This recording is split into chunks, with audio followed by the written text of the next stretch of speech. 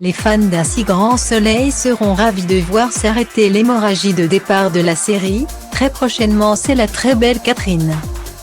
C'est comme pour un mercato au football, il y a les départs et les arrivées.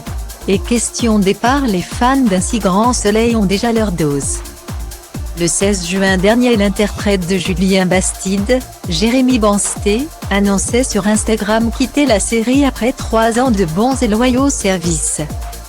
Une envie de se mettre en danger, de se risquer à de nouveaux projets et de quitter le personnage avant d'en être lassé étaient selon ses dires les motivations principales pour tirer sa révérence.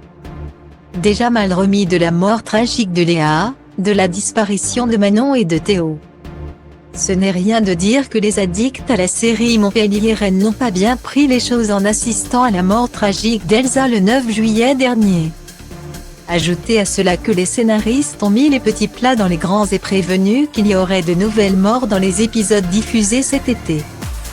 Heureusement, une bonne nouvelle, comme un peu de soleil dans l'eau froide pour les amateurs du feuilleton à succès. Au chapitre des arrivées, Catherine Wilkening devrait bientôt faire une entrée fracassante. Cette dernière incarnera l'ex-femme du commissaire Becker incarnée par Yvon Bach, qui vient mettre un peu de piment dans la vie de ce dernier pourtant recasé avec Jeannette Lewis, Tonia Kinzinger, et offrir à cette dernière une concurrence non désirée.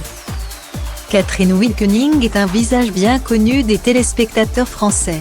L'actrice de 57 ans est notamment connue pour son rôle de Nanou dans le film Le cœur des hommes aux côtés de Bernard Campan, Marc Lavoine, Jean-Pierre Daroussin et Gérard Darmon.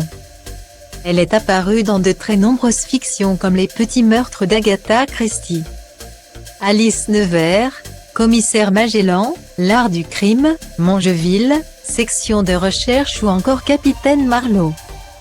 On l'a également vue dans 2 fictions de la série des meurtres sur France 3, Meurtre à Étretat et Meurtre à Grasse. Sculpteur, elle a déjà exposé ses œuvres dans la galerie de l'ancienne animatrice de France 3 Caroline Tresca. Elle est également l'auteure d'un récit autobiographique intitulé Les mots avalés, parcours d'une vorace, sur son combat contre la boulimie.